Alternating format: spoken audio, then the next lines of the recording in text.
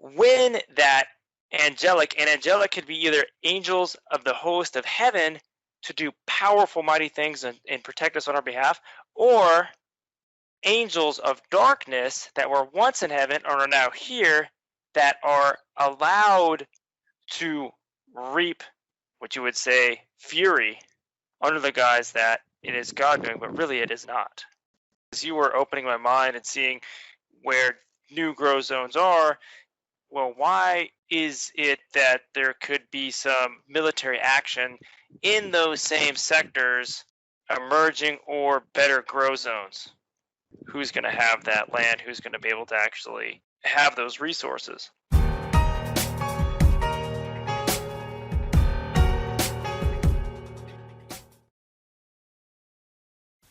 All of this Biden inflation tax talk, what's it really about? And more importantly, what's the actual effect of inflation on the lives of real people? Joe Biden claims that it's indisputable that his jobs plan is working. This data unequivocally shows that it's not. Well, at least for American workers. Rather, inflation is surging, and more than wiping out any wage gains these workers might have experienced. And historically, when inflation spikes, commodities like gold, silver, lumber, and real estate surge.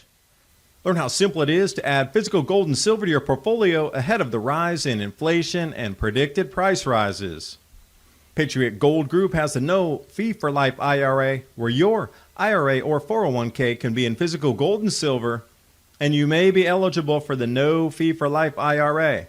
Call 1-800-356-4470 and get a free investor guide today.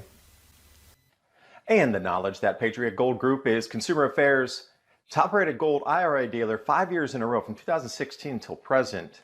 Click the link in the description box below for more information. And now on with the video. What the word means in the vibration in the word, the frequency of the utterance of the tones, and also when you say a word, what it means to another person. Like, what is so terrifying about that to these elite? You know, there's got to be something in biblical reference for that. But yeah, what do you think about the utterances of words, and why is it so terrifying for the elite that they want to stop us from saying even the most basic words in communication? At its core, fear. Fear of people knowing the truth so they can be set free. You know, God spoke in the words, the world was formed. There is power in life in our tongue. So if I were to, let's say, want to control systems, though that can control the press, control the world, problem, reaction, solution, standard game that we see being played over and over again, I would want to make sure that I would restrict the ability to speak that truth. I'm able to continue control. It's like the frog in the hot water theory, where you're in there and you just keep turning up and keep turning up and keep turning up. Before you know it, you're just in a whole other playing field and you didn't even know it. Slap a bunch of laws, and then then on to the next level, and then the next thing. Again, whoever controls the press, controls the minds, controls the narrative.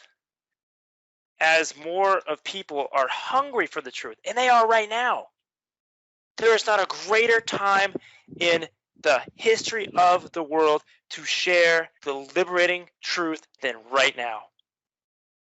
So the forces of darkness want to make sure that doesn't get out, because people are coming to the truth. People are being set free. They're being liberated.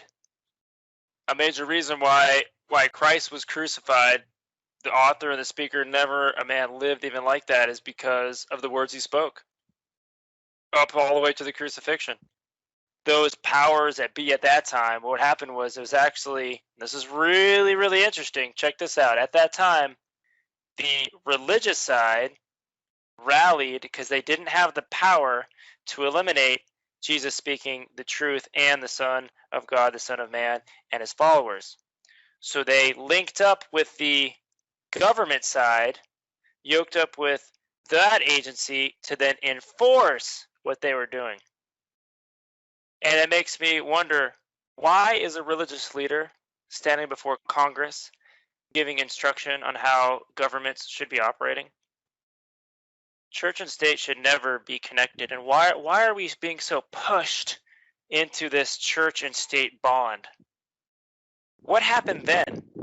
What was the end result? Church and state formed, crucifixion of Jesus. We see church and state forming again. This time the church and state coming together, instead of a crucifixion, it is going to be a depopulation. Governments understood the power of the people that are looked up to in the church. They say jump, many people will say how high. If you say, resist this, almost the entire congregation would. But what is it now where this nefarious interaction and interlooping of government and now churches? And it is. I can't be or speak to every single situation. There's so many different situations to go across the board, but I believe at the core, people are feeling the pressure. But the core at that is 2 Corinthians 3:17. This is the main core that I really wanted to jump to, is now the Lord is that Spirit, and where the Spirit of the Lord is, there is liberty. And as I was reading through the comment board here while we were on break, Skyfish talking about folks snapping out of it. And what they remember as being all conspiracy theories, suddenly they snapped out of it and go, wait, those are true. Perhaps somebody else was pulling the wool over the eyes. But that snapped out of it comment I've been hearing again and again, and people that you would never think in a million years that would even consider such talk as being real or truthful seem to be coming around these days. It's hard to explain it. Even in my own life, I heard people say things that I was like, I'm sorry, could you say that again? Because we've been at odds for, how many decades about these thoughts, and suddenly you're saying some things that I thought I would never, ever, ever hear you say. And this seems to be a very common occurrence now. So how does this play into biblical prophecy there, Spencer? Like trying to protect your own and the wrath of the archangels too. I mean, you look at, if you're reading some of the Bible and you see the vengeance and the ferocity that these angels unleash upon their enemies, is just mythical destruction unleashed from the side of light. And when I say unleashed, they're not talking about a small whooping. They're talking about leveling to the ground different types of entities and enemies. So what do you think, Spencer? Can you draw us in on that for a moment? The power that is allowed to come unleashed, as you've spoken, is more than I believe we can even try to comprehend. If you're dealing with the most advanced military to date, that can't even be a touch of a nano when you get into the spiritual forces that we don't see, of what is available and what's taking place. And when those events took place, as we dive in, was it God that was going through and would it be described as unleashing that fury? Or was it a consistent rejection of his protection and allowing them to receive that which they wanted? And once they were finally given over and they did no longer wanted God's as hedge of protection, then the opposite is they were left to actually the forces of darkness. And it's the forces of darkness under the guise that God is doing that came through and unleashed that fury. As we see the Bible interpreting itself, we could see that it's that which was God allowed is often described as that which he is doing. Quick example just to really consider. Two comparable verses, Genesis 6:6, and it repented the Lord that he had made man on the earth, and it grieved him at his heart. But yet we find in Numbers 23:19, God is not a man that he should not lie, neither the son of man that he should repent. Hath he said, and shall he not do it? Or hath he spoken, and shall he not make it good? In Genesis, we just read that and it repented the Lord. But in Numbers, it just said, wait a minute, God's not a man. He doesn't repent. So which one is it? And that is very important as we have an opportunity to dive more into that, to see how that functions when that angelic, and angelic could be either angels of the host of heaven to do powerful, mighty things and protect us on our behalf, or angels of darkness that were once in heaven or are now here that are allowed to reap what you would say fury under the guise that it is God doing, but really it is not. What kind of fury do you think you would expect from citizen to citizen going into food shortages, limited supplies, and the politics rifting through this nation? You could see just within this last year or so how let loose journalism, how that has come to where we are now. You as a professional journalist who covers advanced points of truth of what's going on within these solar minimum cycles, these different food supplies, what has happened in history, and you line out particular thoughts, open to ideas. They're not even having self-control anymore. It says, better a man that can control his own spirit than he could take an entire city.